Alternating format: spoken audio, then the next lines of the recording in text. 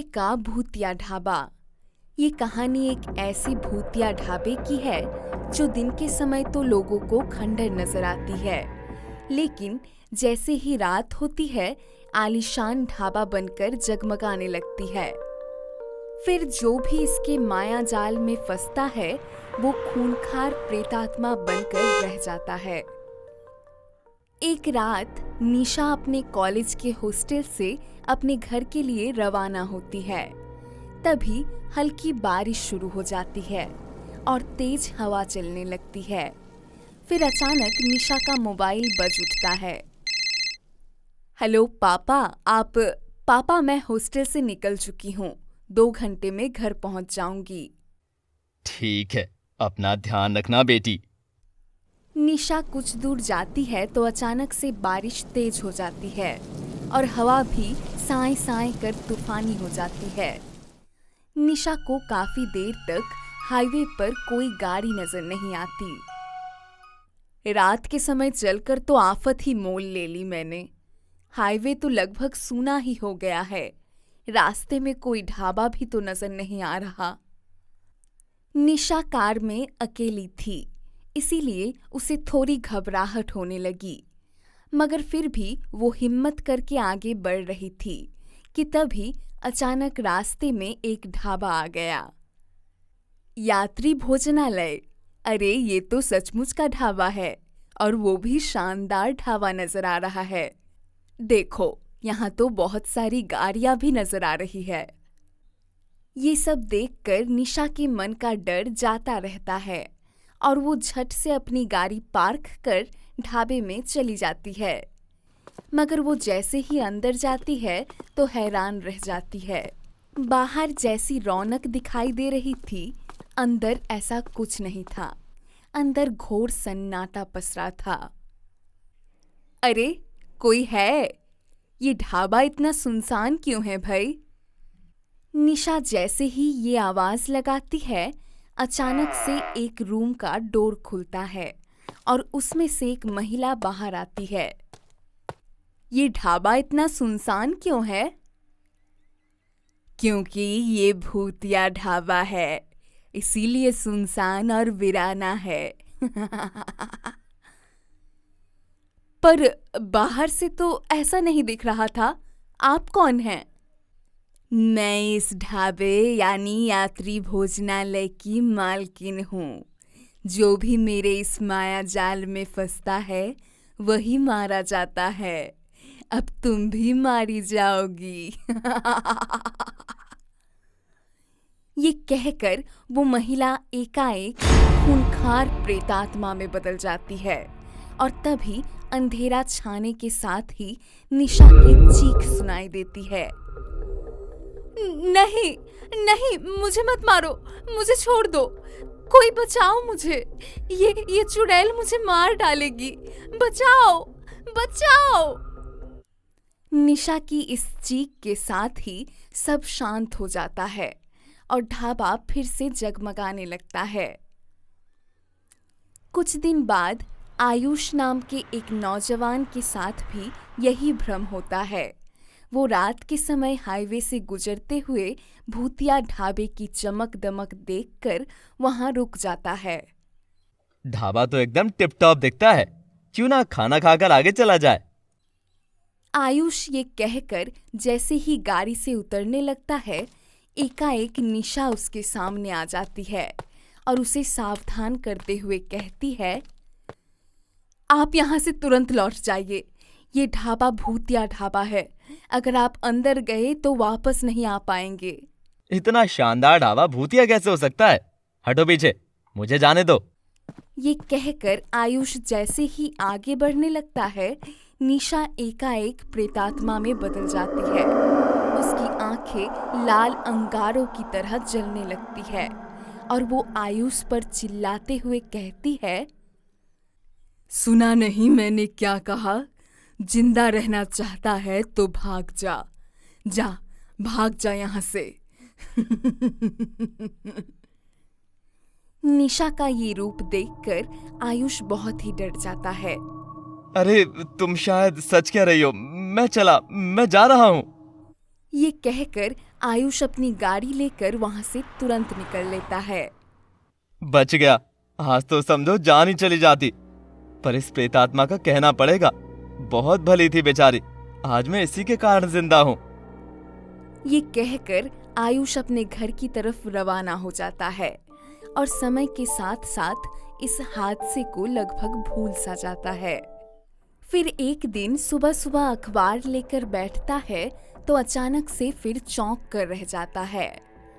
अखबार में निशा को लेकर एक गुमशुदा का विज्ञापन छपा था।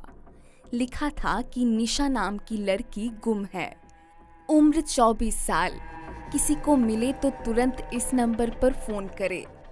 ये विज्ञापन देख आयुष तुरंत उस नंबर पर फोन मिलाता है। हेलो, मैं आपकी निशा के बारे में जानता हूँ, आप तुरंत आकर मुझसे मिलिए। ये फोन मिलते ही निशा का पिता सेठ गगन प्रसाद अपनी छोटी बेटी अंजलि के साथ आयुष से आकर मिलती है। बेटा, मैं अपनी बेटी निशा को हर जगह ढूंढ चुका हूँ, पर कहीं नहीं मिली। क्या तुम जानते हो मेरी निशा कहाँ और किस हाल में है? अंकल, मैं आपकी बेटी को जानता तो हूँ कि वो कहाँ पर क्या बेटा? पर वो अब जिंदा नहीं है, वो एक प्रेत आत्मा है। ये सुनकर गगन प्रसाद परेशान हो चौंक उठता है और वो आयुष से कहता है, बेटा, तुम कैसे कह सकते हो कि निशा प्रेत आत्मा है? मुझे मेरी बेटी का सच बताओ प्लीज, मैं बहुत परेशान हूँ। गगन प्रसाद के ये कहने पर आयुष उसे सारी हकीकत बताता है और फिर उदास सा होते हुए कहता है, अगर आपको मेरी बात का यकीन नहीं है तो आप रात के वक्त खुद उस भूतिया ढाबे पर जाकर सच्चाई को परख सकते हैं। ठीक है, अगर यही सच है तो मैं अपनी बेटी से मिलने की कोशिश जरूर करूंगा, पर वहां अकेले मत जाना अंकल। आयुष से ये सब सुनकर गगन प्रसाद भूतिया ढाबे की सच्चाई को परखने को ठान लेता है और इसी सिलसिले में एक पहुंचे हुए तांत्रिक से मिलता है। वो तांत्रिक को सारी सच्चाई बताकर उससे मदद की बात करता है। तांत्रिक उसकी बात सुनकर कहता है, देखिए, अगर आपकी बात में कुछ सच्चाई है तो मैं आपकी मदद अवश्य करूंगा। हम आज रात ही भूतिया ढाबे पर जाएंगे। उसी रात गगन प्रसाद अपनी बेटी अंजलि, आयुष और तांत्रिक के साथ भूतिया ढाबे पर जाता है और जैसे ही उनकी गाड़ी ढाबे पर रुकती है, निशा अचानक ही उनके सामने आ जाती है। निशा अपने पिता और बहन को वहां देखकर चौंक जाती है। पिताजी, अंजलि, तुम यहाँ क्यों आए? जाओ जाओ, यहाँ से अभी वापस चले जाओ। निशा बेटी, तुम यहाँ क्या कर रही हो? आओ हमारे साथ घर चलो। नहीं नहीं, मैं घर वापस नहीं जा सकती, आप घर वापस जाइए।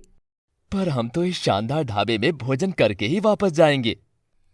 ये सुनते ही निशा अचानक से प्रेतात्मा में बदल जाती है और उन पर चीखते हुए कहती है, मैंने जो कहा वही करो, वरना मेरी तरह तुम भी मारे जाओगे। ये भूतिया ढाबा है, जाओ जाओ, वापस लौट जाओ। अगर ये सच में भूतिया ढाबा है तो आज के बाद इसका किस्सा खत्म। तुम शांत हो जाओ। ये हकीकत सामने आते ही गगन प्रसाद बहुत दुखी हो जाता है। मेरी बेटी के साथ ये क्या हो गया? ये तो प्रेतात्मा बनकर भटक रही है। देखो, इसके साथ जो हुआ सो हुआ। अब हमें और लोगों के साथ ऐसा होने से रोकना होगा। ये कहकर तांत्रिक अपने थैले से भभूत निकालकर निशा की आत्मा पर फेंकता है और वो तुरंत गायब हो जाती है। सेठ, तुम्हारी बेटी की आत्मा तभी शांत हो सकती है जब इस भूतिया ढाबे की आत्मा को गति मिले। पर ये कैसे होगा महाराज? पहले तुम सब मेरे साथ इस ढाबे में प्रवेश करो, फिर सब ठीक हो जाएगा। ये कहकर तांत्रिक उन सब के साथ ढाबे में प्रवेश कर जाता है और तभी ढाबे की प्रेतात्मा उनके सामने प्रकट होती है। तुम आ गए, आओ आओ, पर मुझसे मेरा ढाबा कोई नहीं छीन सकता। ये ढाबा सिर्फ मेरा है, मेरा। मैं तुम सबको मार डालूंगी। ये कहकर प्रेतात्मा उन सबको मारने के लिए आगे बढ़ती है, मगर तभी तांत्रिक उसे अपने मंत्रों की शक्ति में कैद कर लेता है। अब बोल चुड़ैल, तू ये सब क्यों कर रही है और तू ऐसी खूंखार प्रेतात्मा क्यों बनी? तांत्रिक के मंत्र जाल में फंसकर प्रेतात्मा उसे आप बीती सुनाने पर मजबूर हो जाती है। मेरा नाम सोमा है। कुछ साल पहले मैं इस ढाबे को बड़ी शान से चलाती थी। सोमा दीदी, खाने के कितने पैसे हुए? 120 रुपए हो गया। तभी एक दिन मेरा सौतेला भाई आया और उसने ये ढाबा मुझसे हड़पने के लिए मुझे मार डाला। ले सौतेली बहन, तू जा भगवान के पास, और अब ये ढाबा मेरा। याद रखना मेरे जालिम भैया, ये ढाबा तेरा कभी ना होगा। मैं प्रेत आत्मा बनकर तुझे मार डालूंगी। और फिर मरने के बाद मैं एक खूंखार प्रेतात्मा बन गई और मैंने सबको मार डाला। तो फिर अब लोगों को क्यों मार रही हो? बस इसीलिए क्योंकि मुझे सबसे नफरत हो गई थी। ठीक है, तो आज से तेरी नफरत का किस्सा ही खत्म। ये कहकर तांत्रिक उस पर भी भभूत फेंक कर मारता है और फिर देखते ही देखते वो जलकर भस्म हो जाती है।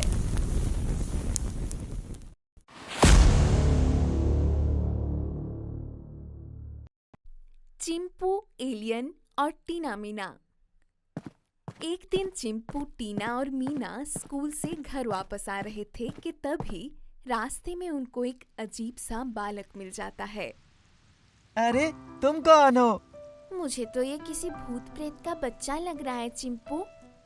अरे तू आसमान से टपका है क्या? कुछ बोलता क्यों नहीं? गूंगा है? चिंपू, टीना और मीना उस बालक को देखकर हंसने लगते हैं और तभी वो बालक जोर से टीना का हाथ पकड़ लेता है।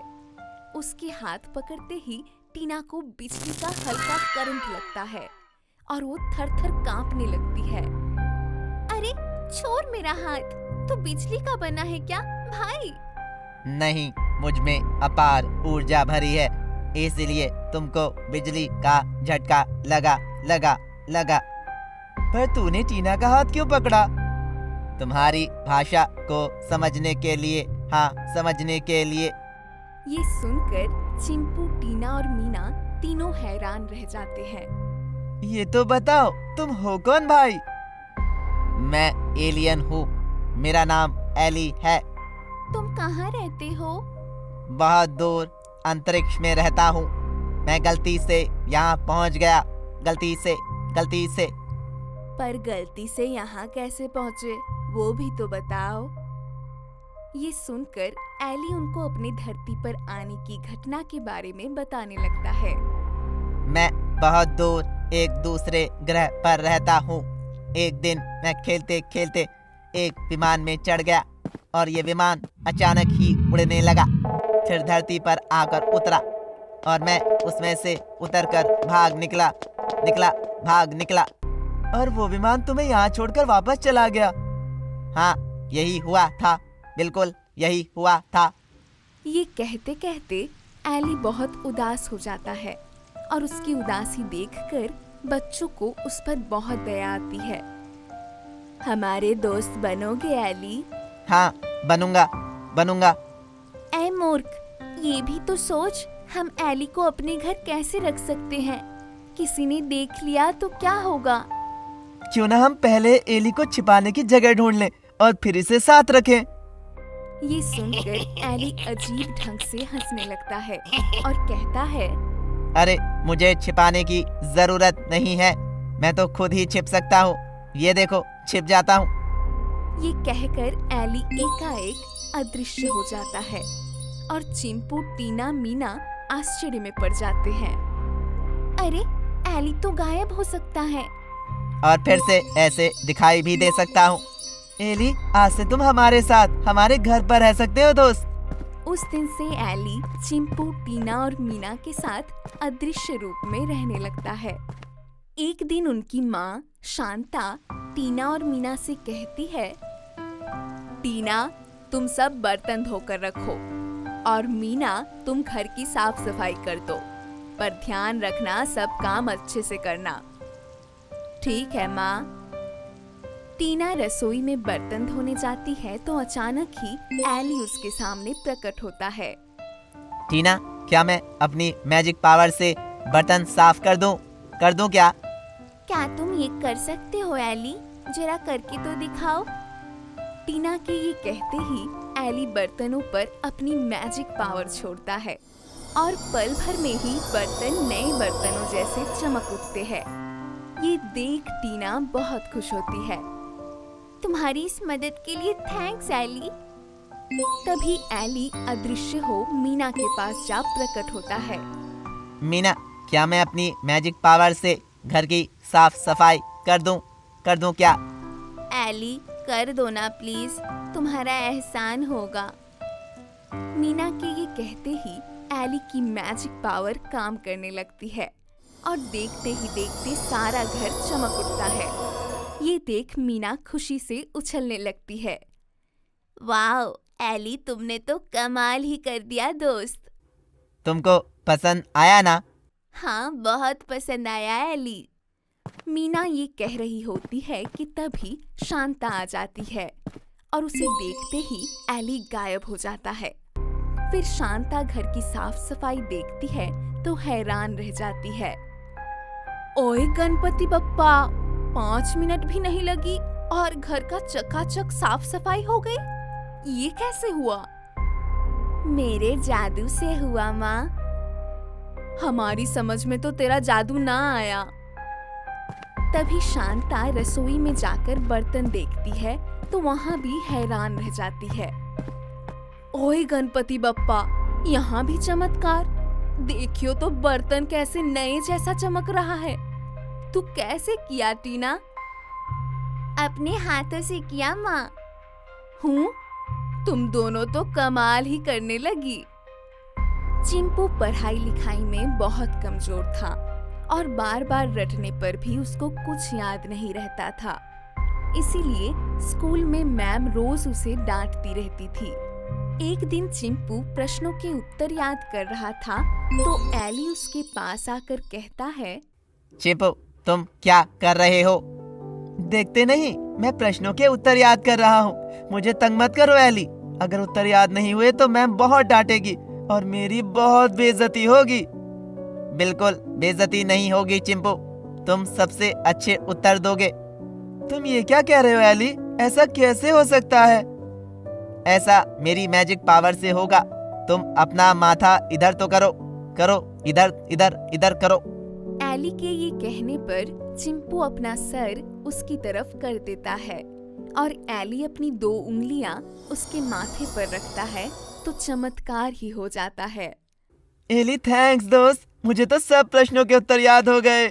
फिर अगले दिन चिंपू स्कूल जाता है तो सब प्रश्नों के सही उत्तर देता है। ये देख मैम आश्चर्य में पड़ जाती है। मैं ये क्या चमत्कार देख रही हूँ? तू एकाएक कक्षा में सबसे अव्वल कैसे हो गया? मैजिक पावर से मैम, मेरे दोस्त एलियन ने मुझे मैजिक पावर दी है। व्हाट नॉनसेंस, ये क्या बक रहे हो? भला एलियन भी कभी होते हैं? हाँ होते हैं मैम, मैं सबको दिखा सकता हूँ। एली दोस्त आओ ना प्लीज। तभी एली सबके सामने प्रकट होता है और सब हैरान हो जाते हैं। हुई माँ, एलियन तो सचमुच होते हैं। मैं तो एलियन को कल्पना ही समझती थी। कुछ दिन बाद एली, चिंपू, टीना और मीना के साथ बैठा था तो अचानक ही एली रोने लगा। क्या हुआ एली, तुम रोने क्यों लगे? मुझे मम्मी पापा की याद आ रही है। क्या मैं अपने घर कभी नहीं जाऊंगा दोस्तों? उसी समय शांता एली को बच्चों के साथ देख लेती है तो हैरान ही रह जाती है। ओए गणपति बप्पा, ये अजीब सा बच्चा कौन है? ये कहकर शांता बच्चों के पास पहुंच जाती है और उनसे कहती है, ओए गणपति बप्पा, मुझसे कुछ ना छिपाना, बताओ तो ये कौन है? शांता के ये कहने पर चिंपू, टीना और मीना शांता को एली के बारे में सब सच बता देते हैं तो शांता हैरान होते हुए कहती है, ओए गणपति बप्पा, तो एलियन भी होते हैं क्या? बेटा रो मत। मुझे मेरे मम्मी पापा के पास जाना है, जाना है, जाना है। बेटा, जहाँ तू रहता है हम तो वहाँ कभी ना जा सकते हैं और ना ही तेरे मम्मी पापा को यहाँ बुला सकते हैं। कोई तो होगा जो मेरी हेल्प कर सकता होगा। एली, तुम हमारे गणपति बप्पा से प्रार्थना करो, वो जरूर हेल्प करेंगे। क्या सच में गणपति बप्पा मेरी हेल्प कर सकते हैं? वो सबकी हेल्प करते हैं तो तेरी हेल्प क्यों नहीं करेंगे एली? सबके कहने पर एली एलियन बच्चा गणपति बच्चा से प्रार्थना करता है। हे गणपति बप्पा, मुझे मेरे मम्मी पापा से मिला दो प्लीज। एली जैसे ही गणपति बप्पा से ये प्रार्थना करता है, गणपति जी उसकी प्रार्थना सुन लेते हैं और अगले ही दिन एक अंतरिक्ष यान में एली के मम्मी पापा उसे लेने के लिए धरती पर आ जाते हैं। चिंपू, टीना, मीना और शांता उसे खुशी खुशी अंतरिक्ष के लिए विदाई देते हैं।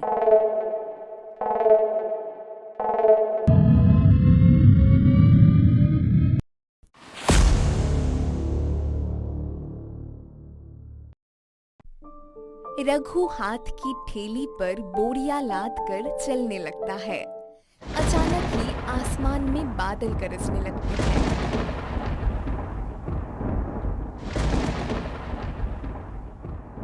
अरे ये क्या, अचानक से मौसम खराब हो गया। लगता है बारिश आने वाली है। अब देर की तो गड़बड़ हो जाएगी भाई। ये कहकर रघु अपनी ठेली खींचने लगता है, मगर तभी तेज हवाएं चलने लगती है और जोरों की बारिश पड़ने लगती है। अब तो कहीं रुकना ही पड़ेगा। ऐसी आंधी और बारिश में ठेला खींचना भी तो मुश्किल है, पर कहाँ रुका जाए। ये कहकर रघु इधर उधर देखता है और तभी उसकी नजर एक पुराने खंडर पर पड़ती है। क्यों ना थोड़ी देर के लिए इस पुराने गोदाम में रुक जाऊं। बारिश बंद होते ही निकल लूंगा। ये कहकर रघु उस खंडर नुमा गोदाम में रुक जाता है और कुछ देर बाद बारिश थमने पर जब वहां से चलने लगता है तो अचानक ही उसे किसी लड़की के रोने की आवाज सुनाई देती है।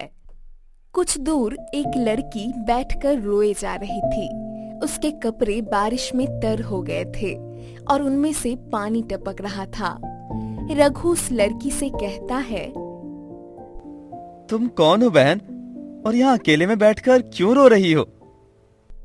मैं रज्जो हूँ, मेरा इस दुनिया में कोई नहीं है भाई। अरे एक तरफ तो मुझे भाई कह रही हो और दूसरी तरफ खुद को अनाथ बता रही हो। भला जिसका भाई हो वो अनाथ कैसे हुई? पर तुम मेरे लिए क्या कर सकते हो भाई? ये सुनकर रघु कहता है, रज्जो बहन, अगर तुम्हें कोई ऐतराज ना हो तो तुम मेरे घर रह सकती हो। मैं भी अनाथ हूँ, मुझे बहन मिल जाएगी। तभी रज्जो रघु को देख मन ही मन कहती है, मूर्ख, मुझसे रिश्ता मत जोड़। मैं खून की प्यासी चुड़ैल हूँ और मौका मिलते ही तेरे शरीर से सारा खून चूस जाऊंगी। रज्जो रघु को इस बात का एहसास तक नहीं होने देती कि वो एक चुड़ैल है और उसका खून पीना चाहती है। रघु उसे बहन बनाकर घर ले आता है और वो एक शरीफ और शर्मीली लड़की की तरह उसके साथ रहने लगती है। एक रात रघु सो रहा होता है तो अचानक ही रज्जो चुड़ैल बन जाती है। अब और इंतजार नहीं होता है मुझसे। आज तो मैं अपने खून के प्यास को बुझा कर ही रहूंगी।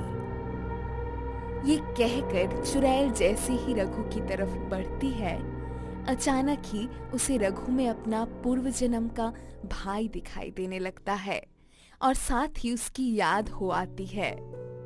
अरे रज्जो बहन, देख मैं तेरे लिए क्या लाया हूँ। अरे नए कपड़े, भाई हो तो तुम्हारे जैसा। मैं तो कहती हूँ कि हर जन्म में मैं तुम्हारी ही बहन बनूं। इसके साथ ही चुड़ैल ठिठक कर रुक जाती है। नहीं नहीं, मैं अपने रमेश भैया को कभी नहीं मार सकती। ये कहकर चुड़ैल फिर से रज्जो बन जाती है और चुपचाप अपने बिस्तर पर जा लेटती है। कुछ भी हो जाए, अब तो मैं अपने भाई के साथ ही रहूंगी।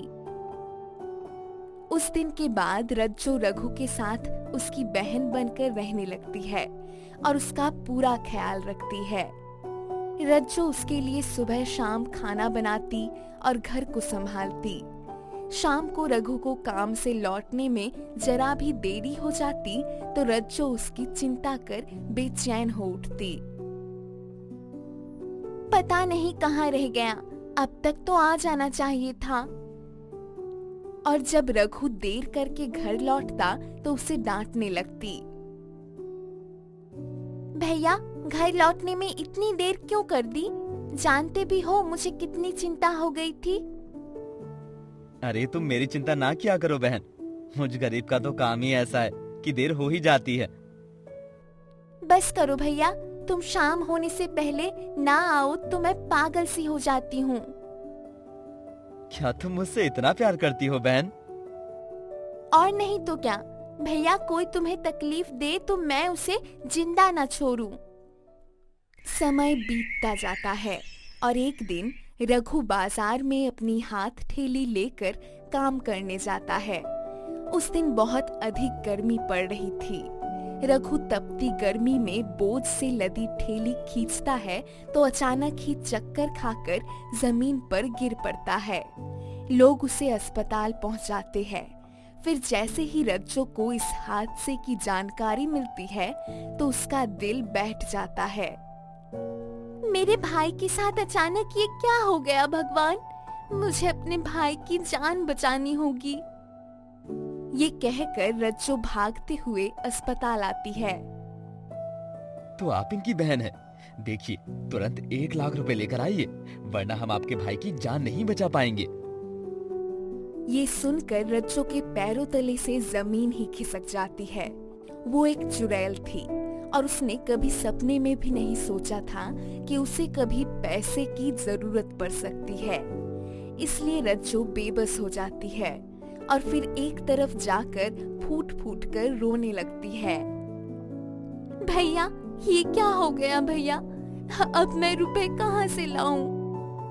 ये कहते कहते रज्जो की आंखों से आंसू निकलकर जमीन पर गिरने लगते हैं और फिर जैसे ही जमीन पर गिरते हैं अचानक से हीरे बनकर चमचमाने लगते हैं। वहीं खड़ा मुंशी लाला उसके आंसुओं को हीरे में बदलते देख लेता है और उन्हें जमीन से उठा लेता है। आहा, भगवान झूठ ना बुलवाए, हीरे तो एकदम से असली हैं। सेठ, क्या इन पत्थरों के बदले कुछ रुपए मिल सकते हैं?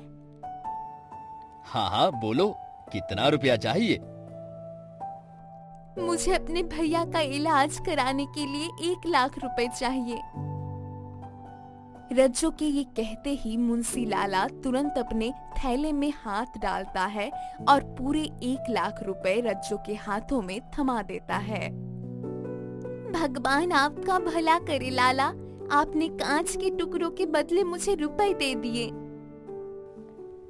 मूर्ख लड़की, ये कांच के टुकड़े नहीं, असली हीरे हैं, हीरे।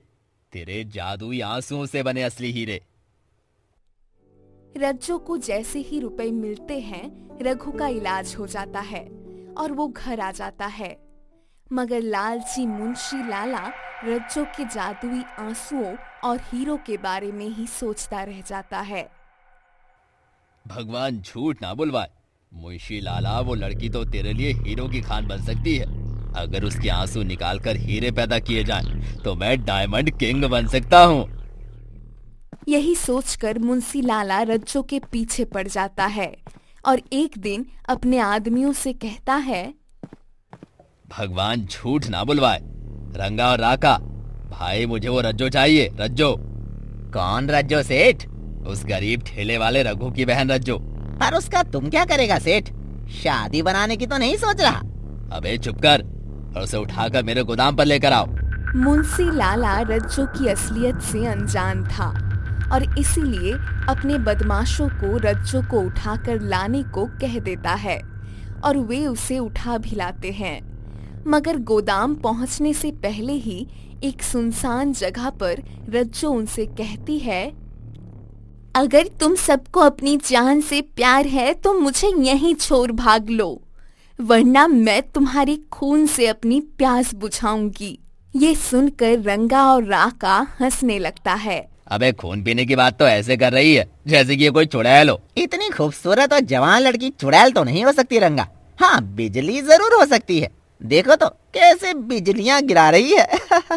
ये कहकर रंगा, राका और उनके साथी बदमाश हंसने लगते हैं।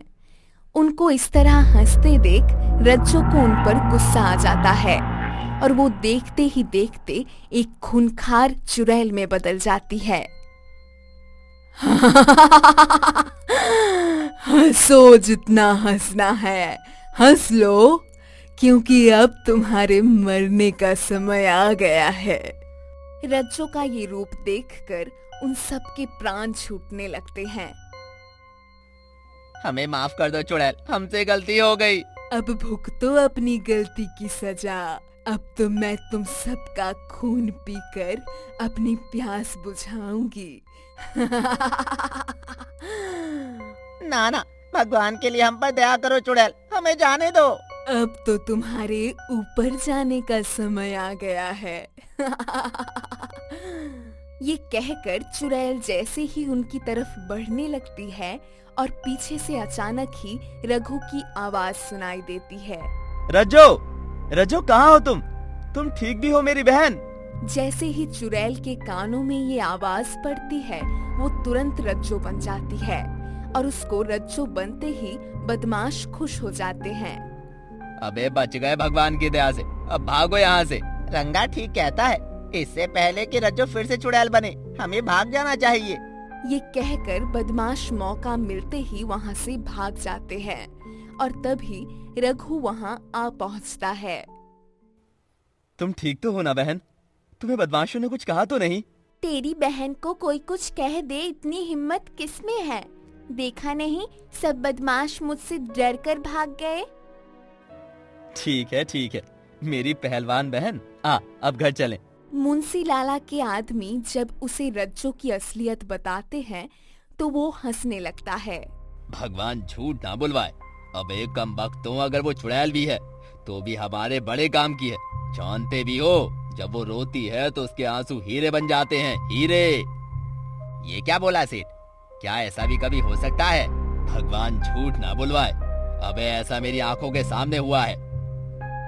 ये सुनकर रंगा और राका के मन में भी हीरे पाने का लालच आ जाता है और राका कहता है, तो फिर हम रज्जो चुड़ैल को ना उठाकर उसके भाई को उठाएंगे सेठ, क्योंकि हम उसको परेशान करेगा तभी रज्जो रोएगा। वो हमारे कब्जे में होगा तो वो चुड़ैल बनकर भी हमारा कुछ ना बिगाड़ पाएगी। यही सोचकर वे रघु को उठा लाते हैं और फिर रज्जो भी उसके पीछे पीछे आ जाती है। मुंशी लाला रज्जो की आंखों से आंसू निकालने की कोशिश में रघु पर जुल्म करता है तो रज्जो सचमुच रोने लगती है और रोते रोते चुड़ैल बन जाती है। मगर इस बार उसके आंसू हीरे में नहीं बल्कि आग में बदल जाते हैं। चारों तरफ आग फैलने लगती है और मुंशी लाला सहित सभी हैरान रह जाते हैं। इसके आंसू हीरे छोड़ आग में बदल गए सेठ। भगवान झूठ ना बुलवाए, ये तो हीरो के लालच में जी का जंजाल मोल ले लिया।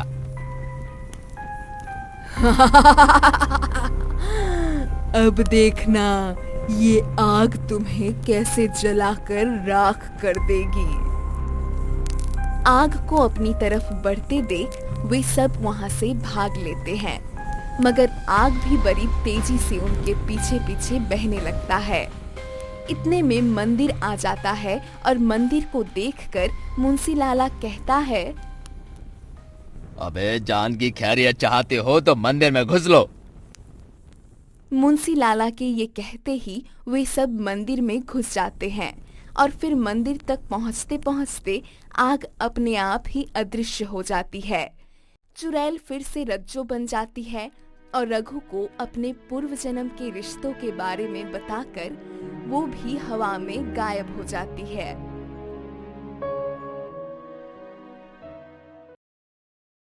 Like, comment, and subscribe.